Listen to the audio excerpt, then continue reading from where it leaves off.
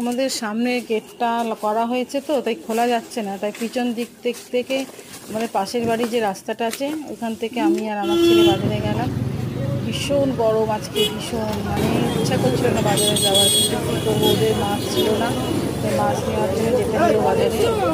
এই দেখি একটাই মাসি বসে আছে, ওর কাছে চারাপোনা মতো মাছ ছিল, আর একটা মাসির কাছে যার কাছ থেকে আমি রোজই নিই, সেই মাসির কাছে তখন মাছ ছিল না, বড় রুই ছিল, রুইটার অনেক দাম, আমি দিতেও পারতাম না, তাই এর কাছ থেকে এই জ্যান্ত চারাপোনাগুলো নিলাম 1 কিলো মতো, নিয়ে পাঠিয়ে নিলাম।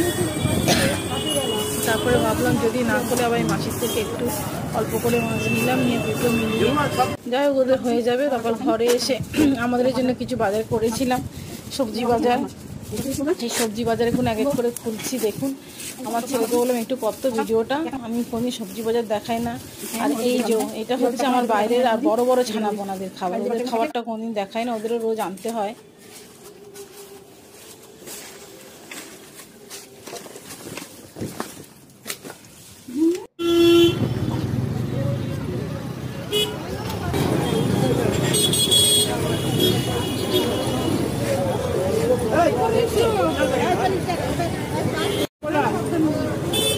নিয়ে যাওয়া